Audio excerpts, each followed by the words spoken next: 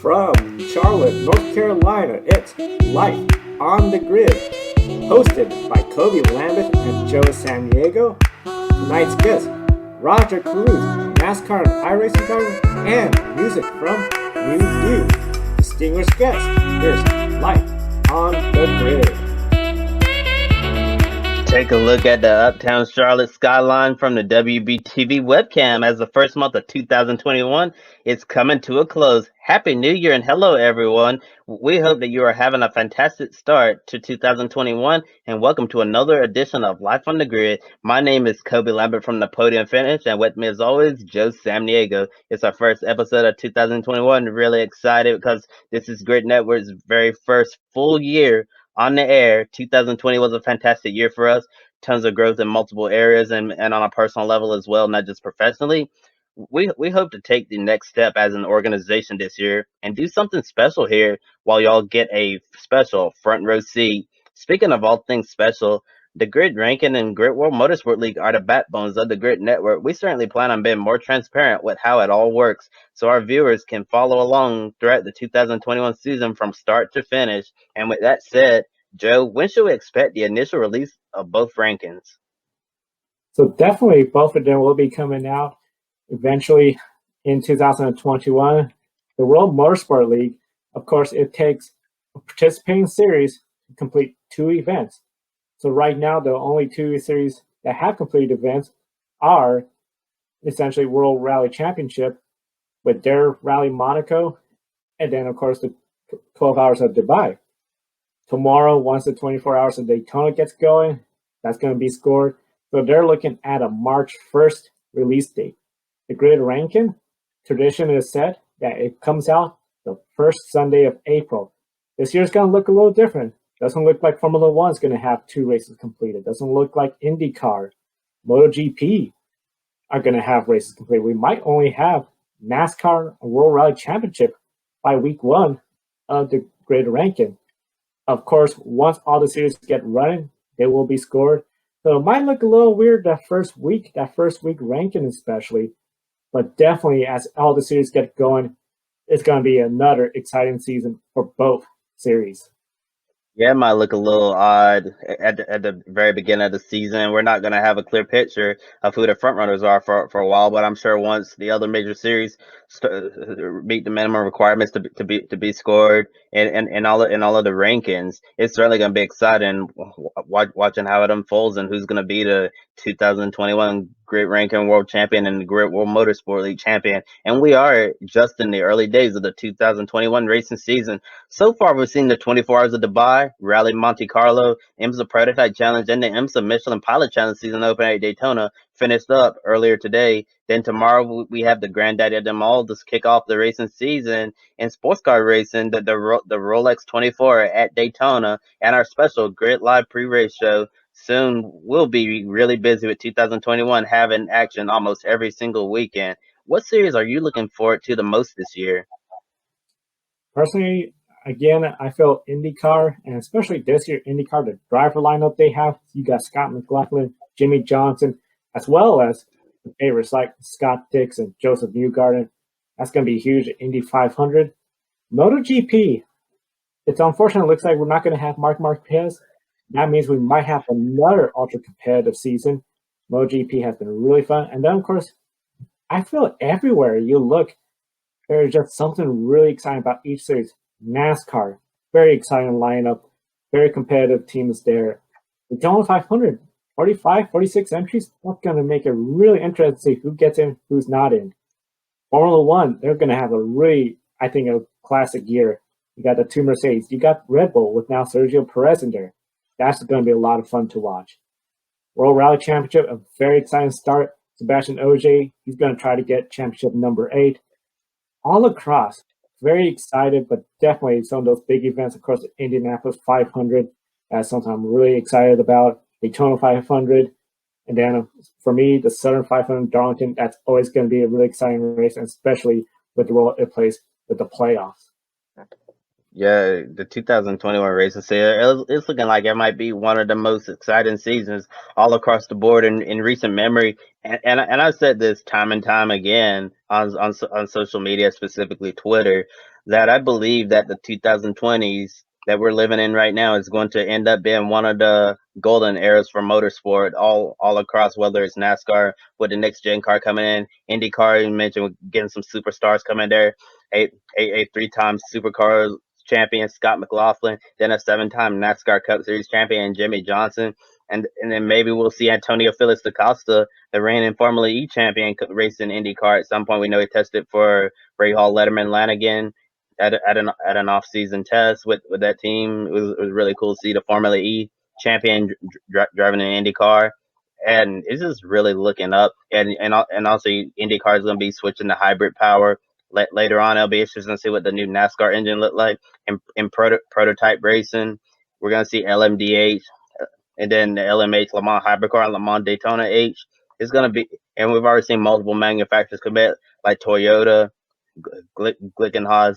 We're gonna see Audi and Porsche return, and then we had the IMSA manufacturers looking at it, General Motors, whether it's a continuation of Cadillac or a switch back to Corvette in prototypes, Mazda, Acura, and I almost forgot Peugeot.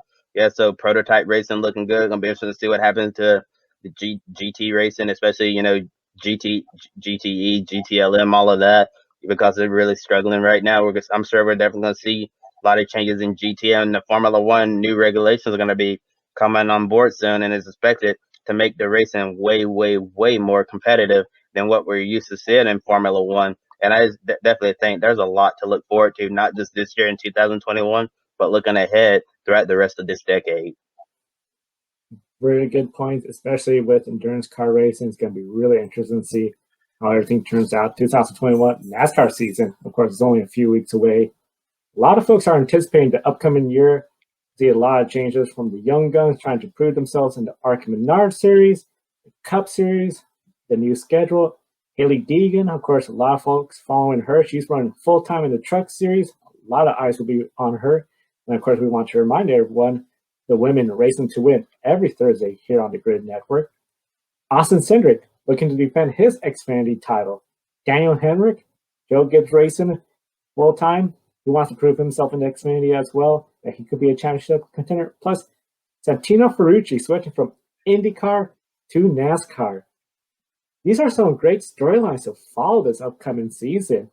Is there anyone in particular you're going to be following more closely? Well, Joe, you mentioned those are some wonderful storylines that you mentioned. Haley Deegan, I know a lot of people are going to be watching her this year. See how well she does in her rookie season in the NASCAR Camping World Truck Series, and Austin Cindric going to be a big year for him. He won the Xfinity title last year, going to be running Xfinity again, and he's also going to be running several Cup races with Team Penske in the number 33 Ford Mustang. And Cindric's actually going to try to attempt the Daytona 500 and make his Cup debut, but yeah, and it's certainly going to be a little challenge for him, because him being one of those open cars and looking like we're going to have quite a field to try to make the Daytona 500, and he'll be in a Penske car, so I'm sure it'll definitely be fast, and he might have a chance to lock himself in with speed and be one of the top two fastest open cars. And Santino Ferrucci going from IndyCar to NASCAR is going to be interesting to watch and see how the open wheel driver transitions to becoming a stock car driver. And we've seen in the past, Tony Stewart, obviously most successful driver to do it, go from open wheel to stock cars. And we've seen some other drivers struggle, like Dario Franchitti, who thought he could have a career in NASCAR, and then it turns out NASCAR wasn't for Dario. And then he just went back to IndyCar. I'll be interested to see if this move to NASCAR is going to be a permanent move for Santino, or is he going to find out that NASCAR is not for him and try to go back to open wheel racing. But the real story that I'm going to be watching out of everyone you mentioned is Daniel Hemrick. He's going to have a top tier ride in the NASCAR Xfinity Series, driving the number 18 Toyota Supra for Joe Gibbs Racing. And Joe Gibbs Racing arguably has, one of the top, if not top cars in the entire Xfinity Series. And I think this really might be Daniel Hemrick's final chance to prove himself, because when he was coming up through the ranks, we all know all the noise about Hemrick. People saying, like, how is he at this level, and he's never won a race before, and people keep wondering, when is that first win going to come? And we saw he went to the Cup Series with Richard Childress Racing, and unfortunately for him, he didn't make it to the second season. He only spent one season with RCR, and then he got kicked out for Tyler Reddick. And last year, Hemmert ran part time in the NASCAR Xfinity Series for JR Motorsports.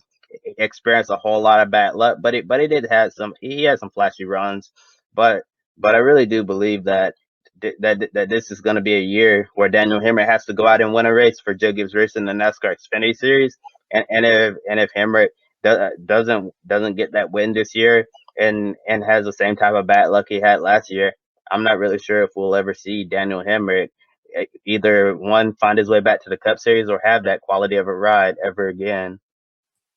Now, you mentioned the Cup Series. Of course, the Cup Series, we see a lot of changes. Alex Bowman's in that 48 Ally Chevrolet. Kyle Larson joins him as a teammate in Hendrick Motorsports. Ross Chastain, Chase Briscoe, both of them replacing longtime drivers. And then, of course, Bubba Wallace, 2311. He's with Michael Jordan, Denny Hamlin. And, of course, don't forget the schedule. Very different from years past. Where do we begin with everything for NASCAR 2021? Well, I'll start at the top where you mentioned Jimmy Johnson. It's really crazy that we're going to be saying Jimmy Johnson IndyCar driver instead of Jimmy Johnson NASCAR driver. 5 years ago, if you had told me that Jimmy Johnson would be an IndyCar driver, I would have laughed at you, to be honest with you. But it's just like really surreal that we're seeing a 7-time NASCAR champion who is considered one of the best NASCAR drivers of all time switch to an entirely different discipline, different from anything that he's ever raced before, and that he's going to try to take on the best drivers in the IndyCar series. His teammate Scott Dixon, who I consider one of the best IndyCar drivers of all time. He's going to be his teammate. He's going to be going up against him. He's going to be going up against Team Penske, Joseph Newgarden, Will Power, Simon Pagenaud, Scott McLaughlin, and a lot of other talented drivers as well in the NTT IndyCar series. And it's definitely going to be interesting to watch how Jimmy Johnson transitions to IndyCar racing. After watching him test at Sebring, it seems like he's getting a lot faster the more experience he has. And moving into the season opener at Barber Motorsports Park in the springtime, I think a good goal for Jimmy Johnson would just to be to run all the laps, don't put a wheel wrong, and if Jimmy is still struggling for pace, I think a modest goal for him would be at least keep up with the pack, so you're not falling so far behind. And it's really gonna look weird in a few weeks when we get to Daytona 500 when we see Alex Bowman's name on the number 48 Ally Chevrolet. Is definitely gonna take some time getting used to that. And we all know Kyle Larson getting a second chance in NASCAR, Hendrick Motorsports, and it's gonna be interesting to see if over time Kyle Larson gonna be able to repair his image where he's gonna have a lot of sponsors hop on board. Yeah, and this is definitely gonna be a season of redemption for Young Money and Ross Chastain, Chase Briscoe coming from the Xfinity Series, replacing Matt Kenseth and Clint Bowyer respectively, retiring from full-time Cup racing. Ross Chastain, was a real hot prospect when he jumped in that Chip Ganassi Xfinity car and won at Las Vegas Motor Speedway, and many didn't know if he would get another opportunity to drive a car like that. Went to college racing. Unfortunately, he didn't win last year in the NASCAR Xfinity Series, but still got that big break to run with Chip Ganassi. And Chase Briscoe had a wonderful season in the NASCAR Xfinity Series. I'm sure as a rookie, there's certainly going to be some growing pains, but I do think that Chase Briscoe has the potential to become a star at the Cup level. And Bubba Wallace with 2311 Racing. I think there's going to be a lot of great things coming from that team when they get all the chemistry and everything like that together. I expect some big things from Bubba Wallace in 2021, but I think we really need to be honest with expectations here. With it being a new team and all of that, they need time to develop their program, get used to one another, and all of that. Otherwise, I think that Bubba Wallace, Michael Jordan, Denny Hamlin, that's going to be an interesting story to follow throughout the entire season and beyond. It's certainly going to be such an exciting year of NASCAR racing from trucks to Cup. Should be a season to remember. However, let's not forget about the stars of tomorrow. There are a lot of young talent coming up in ARCA, super late models, legends, and developing their skills on the local short tracks across the country. Kobe, when it comes to all these upcoming racers that we're seeing in 2021, who do you have your eyes set on this year? And it's funny you mentioned that, Joe, the stars of tomorrow, because we have a rising young stock car racer on our program tonight. Most recently, he competed for Rev Racing and Legend Cars in late models. Plus, he has some serious skill on iRacing. Ladies and gentlemen, please give a warm welcome to Rajah Caruth. What's up, Roger, everybody? We're super excited to have you on the show tonight. How are you doing? I'm good, man. Thank you, Kobe. Thank you, Joe. Thank y'all for having me on. Yeah, glad to have you here. And let me start off by saying you've really come a long way since I first met you at the Charlotte Roval back in 2019, I believe. It was a hot Saturday afternoon, same day as the Xfinity Oh race. man, yeah. Yeah, I remember that. Oh man, seems like young forever Ken, ago. young Kenny and I walked over to the Legends Cars track behind the back stretch to watch you race. You also raced at the Bojangles Summer Shootout on the Charlotte front stretch as well. Unfortunately, I wasn't able to be there, but definitely hope to be there someday. Yeah, and racing during the weekdays in the summertime, people in NASCAR have some time to come out and watch the future stars of tomorrow. And for a young driver trying to develop their skills, is there any additional pressure when you know someone prominent in the industry is watching you, or do you have to just get used to the pressure at a young age, since you'll really be under pressure to perform your entire racing career? Yeah, that's a great question, man. It definitely it gives you something to think about, kind of, especially with the shootout where, like you said, you've got, active cup drivers, crew chiefs, people around the industry that are there watching you or watching, people's kids or friends' parents and stuff. So it's definitely something to that sits in the back of your mind. And for me, to be honest with you, and like I don't really feel pressure like that outside of myself. But I definitely know how it can, be can wear down on you, and kind of sit in the back of your head and be like, all right, all these people are watching me. I've got to go and win this race today. I got to run good. So I hope that answered your question. But personally, I don't really feel, pressure outside of, what I put on myself. So. Yeah, that's a great thing right here, because we know motorsports, it doesn't matter if you're in NASCAR, IndyCar, Formula One, Formula E, sports cars, there's always going to be a lot of pressure. And I've always heard people say if you always feel like you're going to be under pressure, then maybe it might be really difficult to make it in racing long term. So I think at your young age, it's really good that you have the mindset where I'm just gonna go out there and do my best, go out there and perform, and just be me, and go out there and show what you can do, instead of letting the pressure get to you. And we know Rev Racing, the team that you've been driving for, has a long history of giving opportunities to such a diverse group of drivers through the Drive for Diversity program, such as Daniel Suarez, who's going to be racing with Justin Marks in Pitbull's program. I can't believe Pitbull is in NASCAR, Trackhouse Yeah. Racing. And Kyle Larson getting another opportunity in NASCAR with Hendrick Motorsports and the iconic number 5, and Bubba Wallace going to 2311 racing Toyota Camry with Denny Hamlin and basketball legend Michael Jordan. It's such a big deal for NASCAR right there. And all three of those drivers are now racing in the NASCAR Cup Series, and it's just crazy watching how their careers progress. They started off in the K and N level, which is now Arca East and all of that, and they were able to progress through the ranks, get all the experience, and now they're racing with the best stock car racers in the world. And those three drivers, Suarez, Larson, and Wallace, have definitely helped pave the way for others like yourself. How does it feel knowing that you're going through the same program as three drivers who moved up the ladder to the cup level?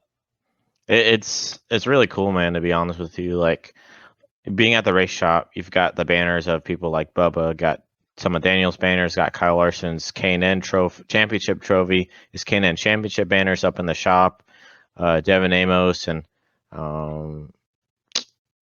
etc. Yeah, I can't remember the rest of them, but they're all sitting up there back by the late model. So it's definitely cool to see their success and the potential of the program, and so that definitely motivates me to give my 120%, on the racetrack and off the racetrack, and it's really cool, and it's gratifying to show that it helps me understand that I've got a shot, and hopefully we can be having the same conversation in 10 years, and it can be about maybe my first cup chip or first cup win or something along those lines. Yeah, and I'm sure as a young driver, you hope to put your name up there with Daniel Suarez, Kyle Larson, and Bubba Wallace, and also 10 years from now. But we're gonna put Rajah Caruth on there, and we'll be looking at all four of you as people who helped pave the way, as I mentioned, for others after you. The NASCAR Drive for Diversity program is a wonderful program, giving opportunities to drivers of color who otherwise might not get an opportunity to show what they can do on the track. And looking specifically at Bubba Wallace, we all know 2020 was a year that he'll never forget for both good and also not so good reasons. At first, we didn't really know what his future would hold beyond the 2020 season.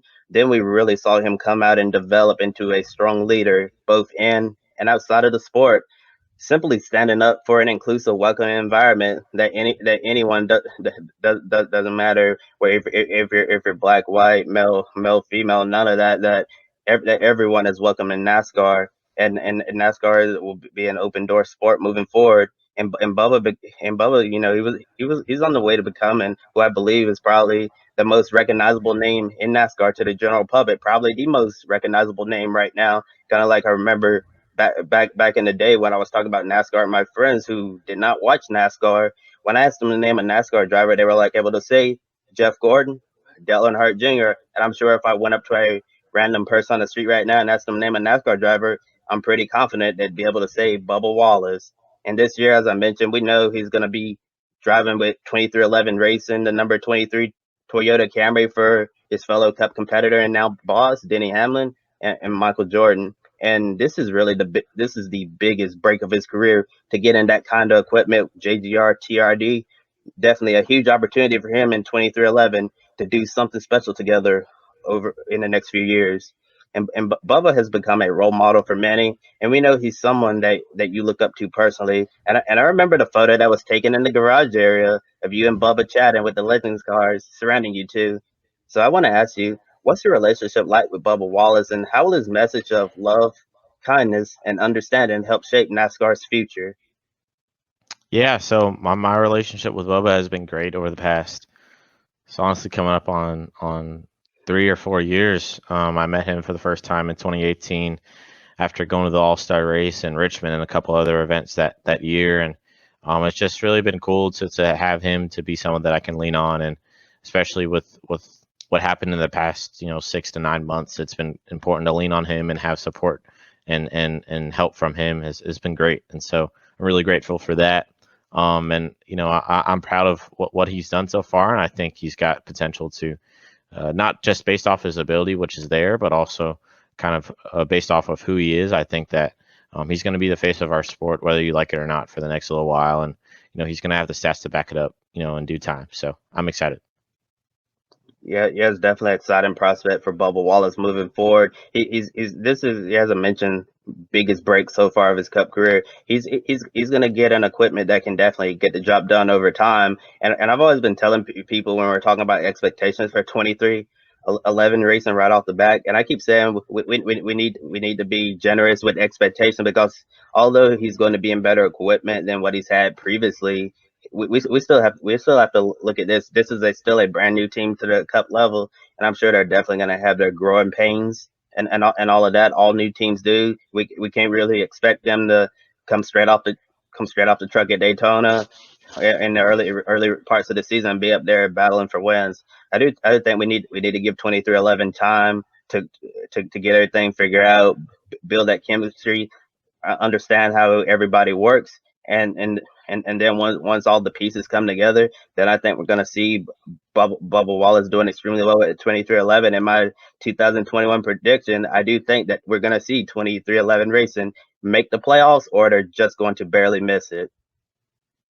Yeah, I mean, I think, like you said, you've got to be a little bit, generous, exactly how you said, in terms of, although that's TRD stuff, which is probably some of the best in the Cup Series right now. It's still a new team, and there's going to be growing pains, and you can get, just like in the NBA, you can have 5 All-Stars, but if they can't play well together, then you won't be able to go to the finals. So You've really just got to give it a little bit of time to have that mesh and chemistry build. But without a doubt in my mind, I can definitely see them, being a playoff team and maybe something a little bit more. But at the same time, you just gotta, trust the process and, see where we're at and come November. So Definitely, I know one of the big things following your career, very involved with iRacing, and especially the iRacing community. We've seen a lot of fans, especially drivers from the professional level, sim racers, become essentially home names because they're streaming their races online. And I'm aware folks like Anthony Alfredo, he has a good relationship with sim seats. iRacing has been sort of a good opportunity for many in the sport. How has iRacing played a role in your career so far?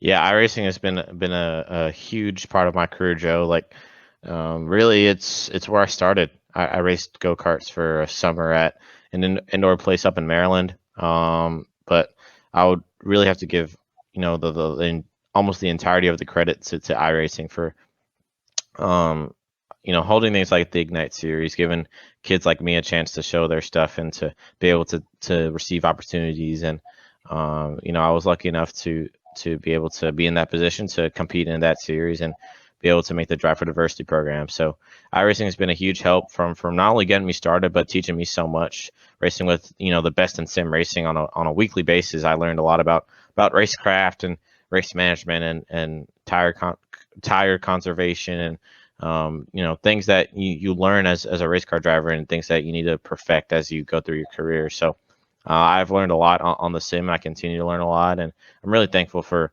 the opportunities that it's given me, and I'm excited to be an ambassador for it and to continue to say that it's legit. So it's been a cool deal.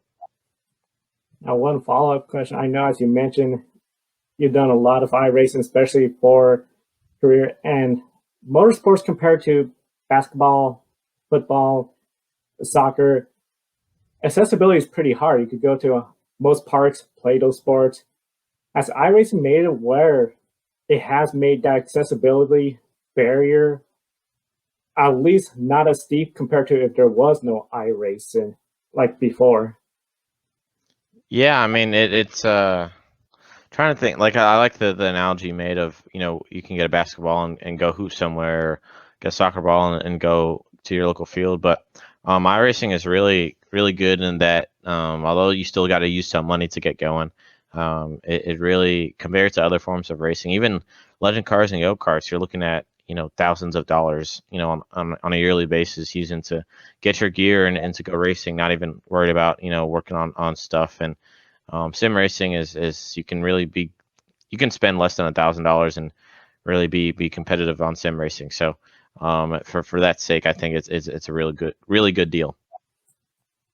It definitely, we love motorsports because more people could get involved, engaged in motorsports, win-win for everybody.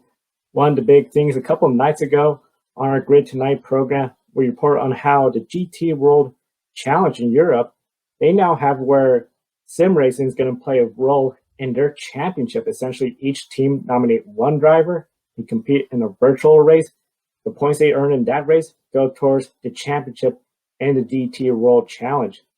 As a sim racer yourself, how would you feel if the Pro Invitational Series NASCAR did last year, or some sort of involvement where we saw the results from online sim racing play effect towards a real Cup Series championship? That would be pretty crazy if I'm gonna be honest with you. But I I don't have an answer for you, man. Like that would be pretty crazy if that was that ended up being the case. But it'll either way, the Pro Invitational deal was really cool to watch, and I hope they bring it back. And if it ends up, being having an impact on points in real life, I think it'll be interesting. I'm not sure if it would be really good or bad. It would just, change things up, and maybe it could be the difference between someone getting into the playoffs or missing the playoffs or advancing to a different round of the playoffs or something like that. I mean, it would just make things, more interesting, not saying good or bad. I know couple nights ago when we were talking about this. That was sort of the opinion we had, where it was like, depending on how it was introduced, it would be something where would the fans enjoy it? Would it change motorsports completely? Definitely is one of those questions where, as we're seeing what's going to happen with GT World Champions, it's going to be something for fall, and I think everybody in the industry will be following as well. Now, of course, when you've done online racing, you're iRacing out there. There's drivers like William Byron. We know he has gone from iRacing up to this level, and we're seeing other racers come up, and especially YouTube. They're streaming what they're doing there, Twitch. When it comes to iRacing and sim racing online, do you feel like if somebody wanted to be in someday Cup level or any major motorsport league, that especially live streaming their races is a big way of getting noticed out there and earning potential opportunities? Yeah, definitely, especially if you've got really no other options. Whether it's making content on sim racing or, making a go at trying to make, the Pro Series or the NASCAR Coca-Cola iRacing Series, it's a really, I think, a good shot of getting some recognition and potentially parlaying that into going to drive a legend car or late model somewhere. Especially, like I said, if you got no other options. So I think that if for people that are interested in it, definitely give it a go. There's ways to do it for less than $1,000 easily. I hope that answered your question. So Definitely. I know it's been really interesting and exciting to see everything iRacing has done for fans, potential drivers, racers out there that want to get involved. And we've seen comments from fans on Twitter expressing excitement when they've raced against someone like Kyle Busch, Dale Earnhardt Jr., drivers like Anthony Alfredo, as I mentioned earlier, growing his fan base from iRacing and TikTok. And of course, we know as well, social media is becoming such a huge role. You're on Twitter, Instagram as well. How important is it for a driver to be involved with social media and essentially live streaming and just having that web presence to let everyone know, hey, I'm coming up the motorsport ranking. Here's who I am. Watch me race. yeah, Joe, it's extremely important to have a social media presence, man. It has helped put me in position now to where I've been active on socials for the last 5 years, probably even in high school, if it was just with my friends and whether it's doing NASCAR 15 leagues on PS3 or something, I was always, active on Instagram or YouTube and making content on there. And it's really just, you've got to be active, and you've got to be active and pushing your brand because no one else is going to do it. And if you keep grinding, of course, it's not going to come overnight. But when you keep grinding, as I have over the past couple of years, it's going to help. In addition to, what you're doing in your efforts to being behind the wheel, or if you're not interested in necessarily driving, whether it's to make content or work at NASCAR or something, working on your socials is extremely important just because it connects a name with a face. And if you can keep your brands together, it'll be really good and will make you more attractive to different types of companies and corporations. Really great points. Now, if there was a fan out there, say a young person watching right now, and they're thinking, I want to be like you. I want to go be a race car driver. I hear you talking about iRacing. Is there another step before iRacing where it's like another game? I know some people like myself, we still have NASCAR Racing 2003 from Papyrus, or go to a local go-kart track. If somebody was out there wondering, like, how do I get into auto racing? What would some of your advice be to that young fan?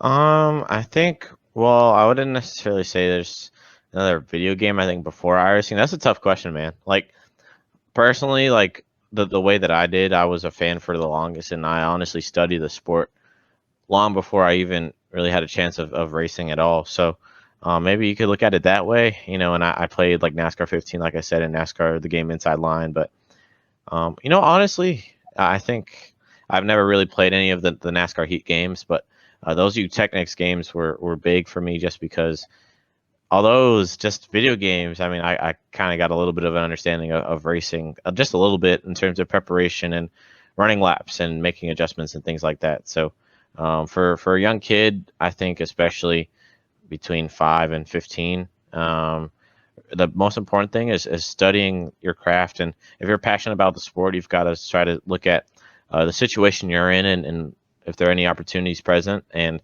to look at what I've done, what other drivers have done, and analyzing our different situations, and kind of making a game plan for what do you think will work for you, and trying to seek advice from whether it's me or someone else that's in a similar boat, and try to make it work. Definitely getting that time, just learning. I know it's something where for anybody, it's really exciting to see as video games continue. Even as you mentioned the NASCAR Heat, some folks may still have the EA Sports NASCAR games.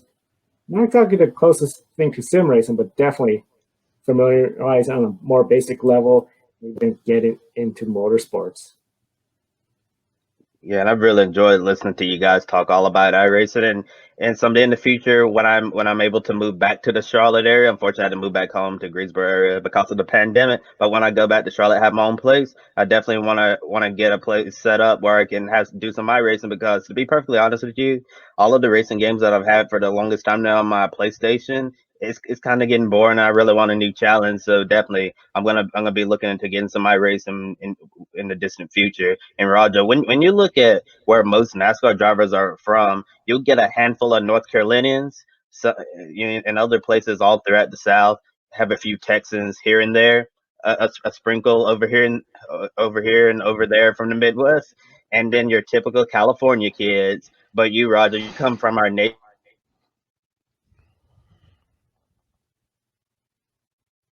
capital in Washington D.C. I don't know if any drivers off the D.C. area. What was it like area where you don't traditionally see a lot of NASCAR fanfare? Yeah, I mean, Kobe coming from DC, it was weird just because I don't know if weird's the right word, but I was really always the only really kid at school that knew about racing, let alone was enthused and obsessed with it, like I've been. So it definitely was. I just was used to being the only one, so it's kind of always been like that. So it's had its positives and its negatives of being that way, but that's really just how it's all been, and it's honestly been kind of cool because a lot of times I could just, especially in high school, I could just go home, and if I didn't have track practice or basketball or soccer practice, like I could just go hop on iRacing or watch NASCAR or something, and it would just, instead of, and like how I said, I guess positive and negatives. It wasn't always. I never went to parties and stuff like that, and it was probably why, because I would be on iRacing all the time or watching races. So um, it was just kind of how my experience was. I don't see. I mean, obviously it was different, but I guess that was just how it is, I guess. Yeah. One thing you brought up about being the only one, based on my personal experience growing up, being a young NASCAR fan, I was always the only one that liked NASCAR, or maybe I should say, who openly admitted that they like NASCAR. Because even today, I'm always afraid to tell people about my love for motorsports, because you have those people out there who don't really understand it, and they just think it's just cars going in circles, and know that the typical NASCAR stereotype, and they don't really take the time to understand that NASCAR is way more than just cars going in a circle, and growing up in such a closed-minded town. It was really hard to make people understand that NASCAR isn't what they think it is. And yeah, I do respect that everybody is entitled to their opinion, and not everybody's gonna like NASCAR, even if they did, let's say, get a hot pass, during normal times, and watch the race down at Charlotte Motor Speedway. Maybe their opinion would change, maybe it wouldn't. But hey, at least they gave it a shot. And speaking of being the only one, I don't know if you experienced the same growing up, but it was always really hard being the only black person who liked NASCAR, and and people really did make that known to me, that they were like, you're black and you like NASCAR. They say, shouldn't you like something like basketball or football, something more normal? And at the time, I didn't really think nothing of it, because I'm always the type of person who gets along with everyone. No issues at all. I don't really have a problem with people or anything like that. And if someone's s- has a problem with me, it's really on them, because I'm just an easygoing person who really wouldn't hurt a soul. Yes, and so, and that leads to my question: Have you ever experienced something similar where people pointed out you being a black person, like in NASCAR, or might just be something down here in the deep South or whatever?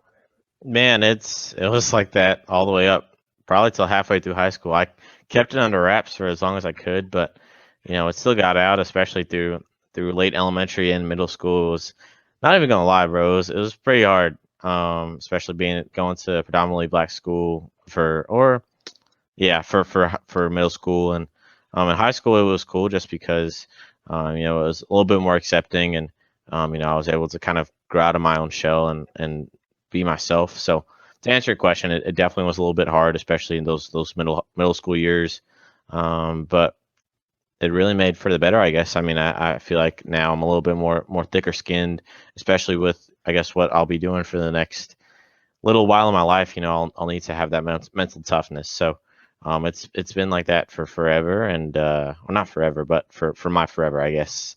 And I just will take it in stride. Yeah, and good thing you mentioned right there is mental toughness and having thick skin, because if you have that, then nothing no one says can break you. And yeah, I do agree. For me, it was really hard growing up. Been a NASCAR fan, and then being afraid to tell people I like NASCAR, because like when they ask you like what's your favorite sport, I say football, because I'm afraid if I say NASCAR I'll get judged. And still to a certain extent today, I'm afraid to tell people that I like NASCAR and all these forms of racing, because I'm fearful of being judged. And I'm sure there's other Black NASCAR fans out there who experience the same, who experience all of the same things that we've experienced throughout our life, being afraid to reveal our true love for motorsports. And hopefully in the future, as NASCAR becomes a more welcoming, inclusive environment, we'll see a lot more Black people flock to the racetracks, and they'll be more open about their love for NASCAR, because I know NASCAR is definitely going to be a sport for all,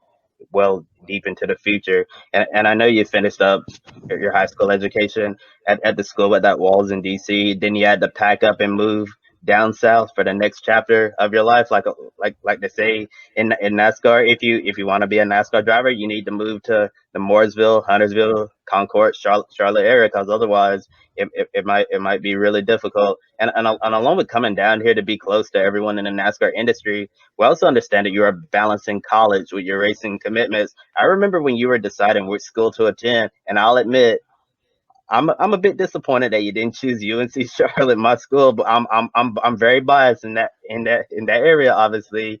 But you definitely chose a wonderful school in Winston-Salem State University and HBCU. And according to your website, when I was looking over it, it says that you're majoring in motorsports management. And we definitely encourage all of our viewers to check out Rajah's website, rajahcaruth.com. So I want to know, why did you choose Winston-Salem State over all of the other schools that you were looking at? And how has your college experience been so far, considering the fact that we're living through a global pandemic that's changed education during this time? Yeah, most definitely. I mean, it was honestly a close to no-brainer for me. My school's choices were really Winston-Salem State, UNCC, and Morehouse, and basically it was looking at those. And the biggest thing with me was to have something I could do that could relate to racing, and also being an HBCU. So Winston-Salem, having both of those was a no-brainer for me.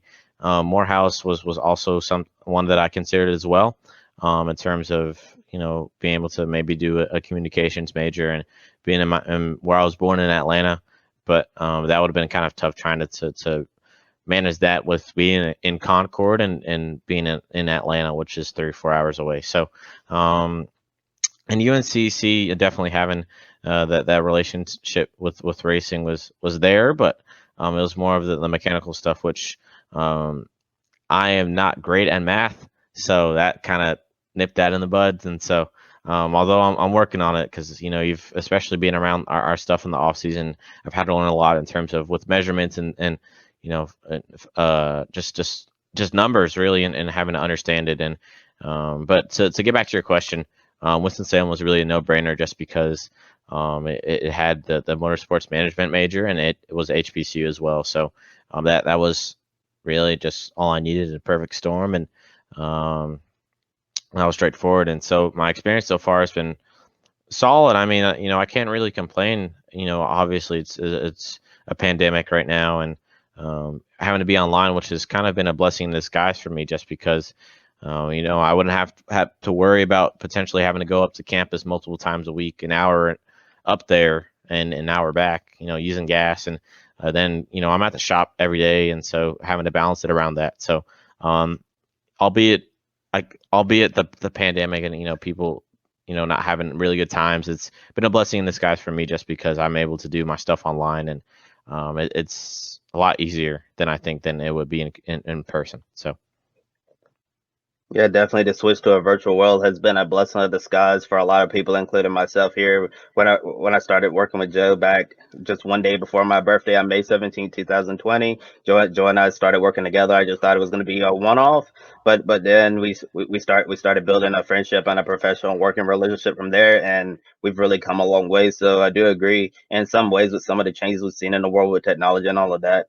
It's definitely been a blessing in disguise. And it's funny that you mentioned that you're terrible at math, because for the record, I am horrendous at math, and I am glad that I never have to take another math class for as long as I live. As soon as I pass stats, I was like, thank you God, I am done with math, because math is definitely not my thing at all. And I have no idea how I passed stats class with an A. Probably because I had a great study group who helped me along. And to be honest with you, I had no idea what I was doing half of the time. I think it was just dumb luck, honestly. And all communication majors will tell you that math is not our thing, so we want to stay far away from crunching the numbers unless your name is Bob Pockers, because Bob is the do it all. And going back to Winston-Salem State, I think it's a terrific school. I know people who have graduated from Winston-Salem State and people who currently attend there, and I really hate that I didn't seriously consider that school myself, because your major motorsports management sounds really interesting. I think that's something that I would have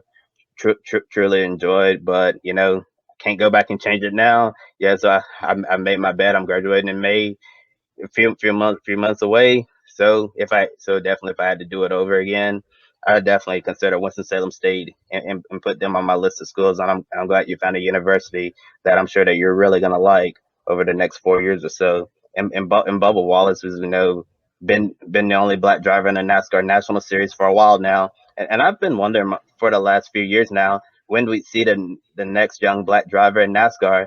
Now we have you right here trying to make a name for yourself in the sport. I know many young drivers set big long-term goals for themselves and hope to leave such an impact on the sport, such a massive impact that we'll be talking about them long after they've retired. Have you ever thought about the possibility that you'll be following in Bubba Wallace's footsteps and become an inspirational figure, motivating other young black drivers to pursue a NASCAR career? I definitely think that that's probably going to happen. And so, when things like that present themselves, I'm going to make sure that I'm an asset and approachable, really, to provide help to people that need advice, or want help in any ways. Just kind of understanding what I represent, like you said, and really just going to continue to be myself. It's cool to think about, to honestly, the way I see it is just like, all right, I'm really passionate about racing. It's all that I think about. It's what I think about waking up in the morning is what I think about when I go to sleep. And in between that time, I feel like everything that I do during the day is helping me eventually to being behind the steering wheel. So I think everything outside of that is great, and to be able to, I guess it's kind of weird to think about. Like, multiple people have said, all right, you may be an inspiration to people and stuff like that, and it's kind of weird to think about it, if I'm completely honest with you, just because, like I said, I see it as just me being obsessed with it, and committed, and I guess people find that kind of interesting, I guess. So yeah.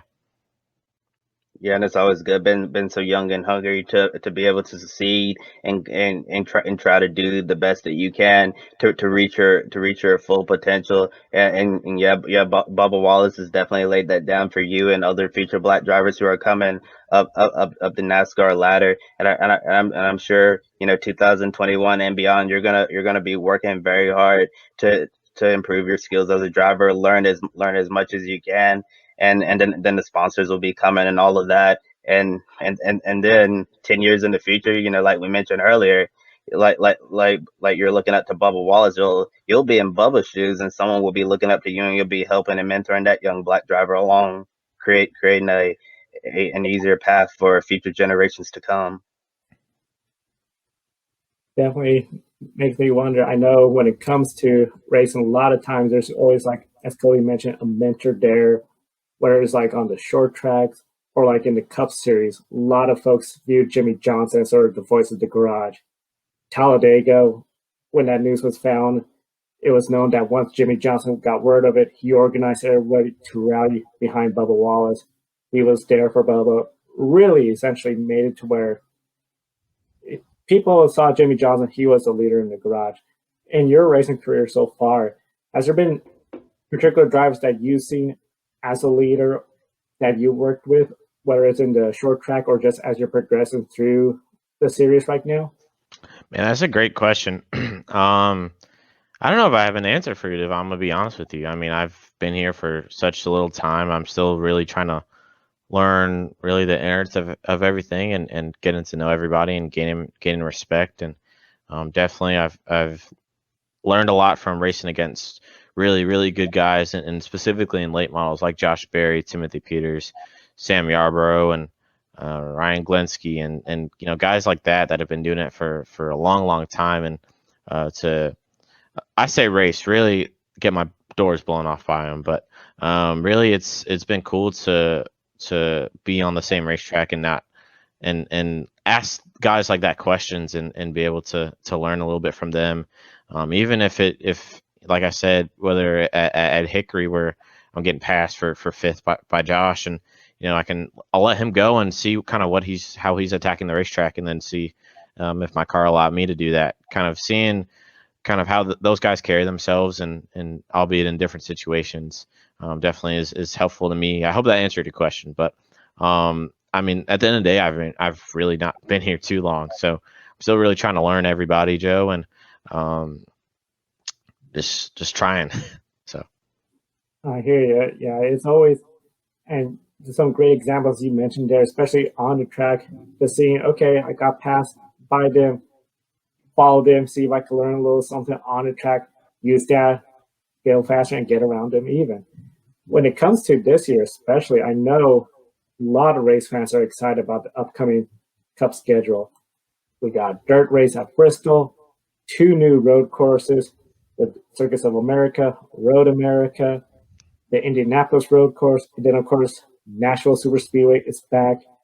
Is there a particular racetrack you're more excited about to see return back, or just is there a favorite track that every time the Cup Series come back is the race where, okay, I'm going to watch this race, I'm not going to miss it for the world?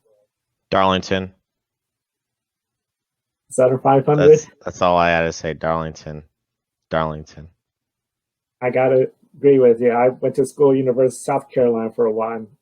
Loved the race there, and wife and I even did our honeymoon on the Southern 500, so definitely Darlington. I got to agree with you. Now, I know, of course, 2022, we're going to see a new generation of NASCAR Cup car. Essentially, the Gen 6 car is entering the final year. Next gen car, we know we've seen the testing, single lug nut on the wheel. Word about the numbers might be switched to a different area. It's been tested with smaller spoiler, bigger spoiler. As a racing driver, is there a particular package that you're feeling more, if the new Cup car is going to have this is what I want?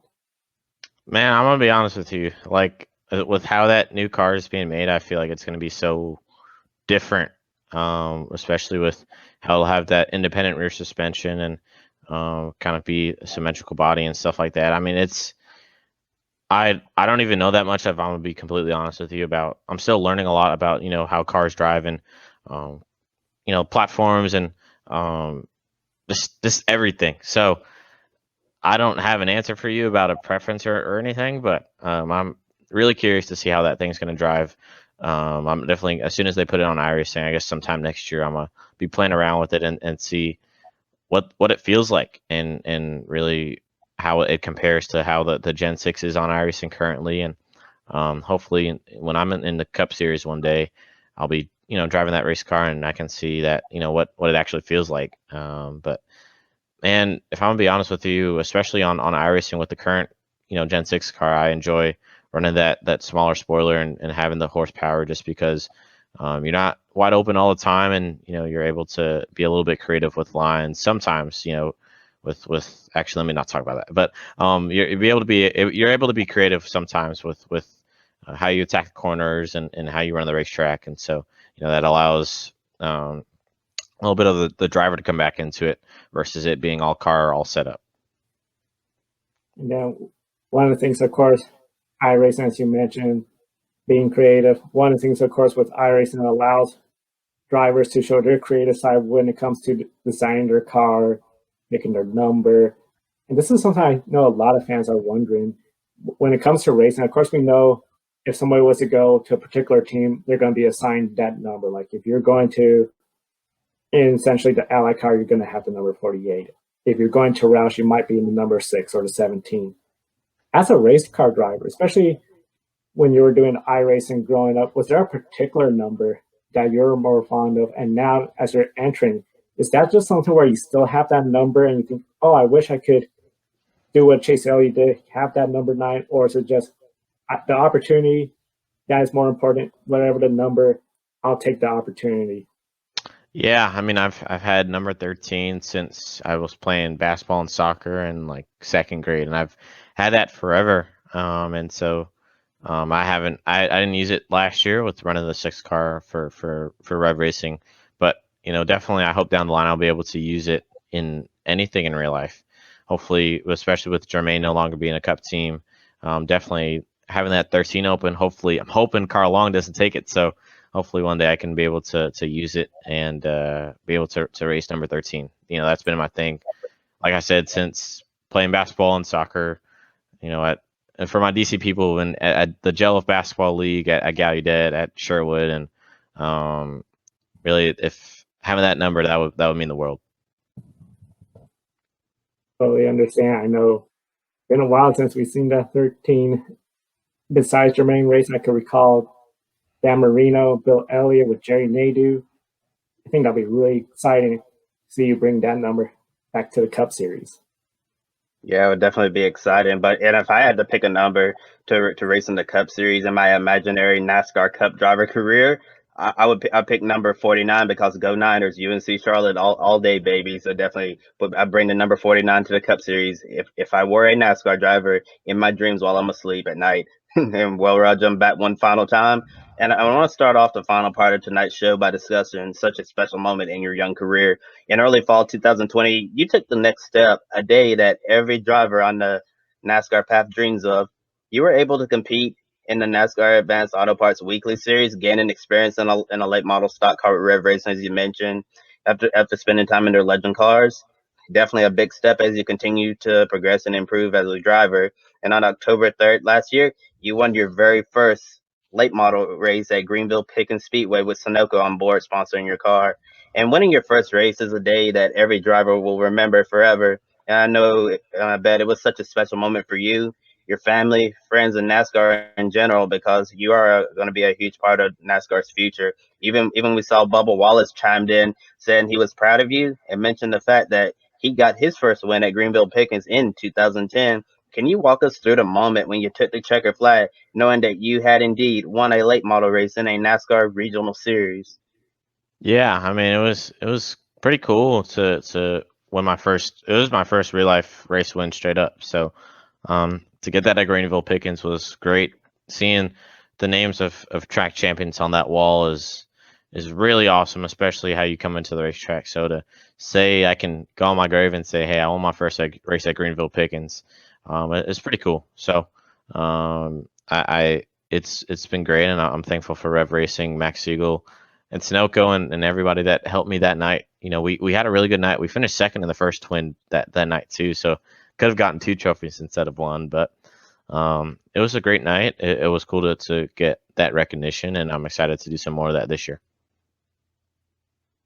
And we know when young drivers are first entering the NASCAR path and first starting out in whether it's late models, super late models, or anything like that, and you haven't won a race yet in a professional setting, and drivers keep wondering, am I ever gonna win? If you're going a while and you're racing, week after week after week. And I know sometimes drivers can lose confidence in themselves and wondering, if that day will ever come, will I ever when I NASCAR race, will I ever compete for wins or anything like that? And for you, did you ever think that special day would arrive where you would win a NASCAR race? At first, no. Especially up until early last year, I really wasn't uh, really thinking positively, especially about me racing. And really throughout last year, through quarantine, I really worked on that and being more positive, and that translated behind the wheel. And I started getting incrementally better. And as that summer progressed, really that confidence and that swagger really grew. And so I knew it was a matter of time. Early September, we were running second to Sam Yarborough, and we blew up. And Ickery, we finished fourth. And really, I figured it was a matter of time. And to get that at Greenville was fun. And then following that up after at Florence 2 weeks after, I mean, we were running fourth, probably could have made a run at going for second or third. And sure enough, second and third wreck, and we get caught in it. So um, definitely to answer your question, I think at first it was kind of, oh, I'm not sure if it'll ever happen. But, then it became just a matter of time. And really that the confidence is such a big thing in just all forms of competitive sports and life. And so you've got to have that confidence in yourself, even if nobody else does.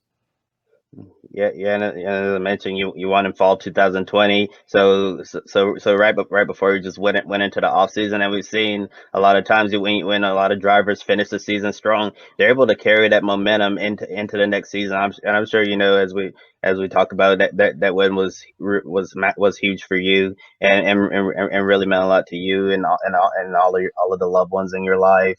And I'm sure you're going to be able to carry that momentum from when at Greenville Pickens Speedway into the 2021 racing season. And as we know, we're at the end of January now. Soon it'll be February. Oh my gosh, where's the time gone? And then it'll be time for the NASCAR season to get underway. And for some reason, I really felt like it's been a really quick off season. It doesn't feel like the normal off season length where it feels like, when are they going to come back? When are they going to come back? I don't know if other people feel the same way as me, but it's really crazy that the Great American Race is only a few weeks away. And as we get closer to the start of the racing season for stock car racing in general, when should we hear an official announcement about your 2021 racing plans? Yeah, so that'll come soon, Kobe, and I'll let you guys know what we'll be doing this year. I'm excited to announce it, but it'll be coming soon. The thing I'm worried about the most is that school starts next week for my spring semester next Monday. So I'm like, I enjoyed not having to do homework, and now I got to do homework again till like May. So, but to answer your question, announcement will be coming soon about what we'll be doing this year. I'm excited to let y'all know, but until then, we got nothing to say.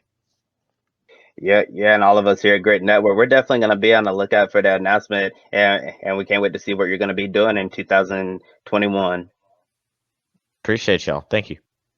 No problem. Thank you. Definitely encourage everyone to follow Rajah on Twitter at Rajah Caruth _ Visit his website, rajahcaruth.com. And of course, we definitely encourage everyone to visit the Grid Network Patreon page. A big shout out to Colin for being our Patreon supporter. Be sure to help keep the Grid Network on the air. Visit our Grid Patreon link in the video description.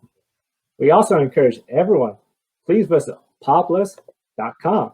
If you love your dog and care about homeless and sick dogs, Pawbless, a portion of your purchase goes to helping a dog in need. We enjoy this company. They take care of our furry buddy, Kiska, our grid work dog.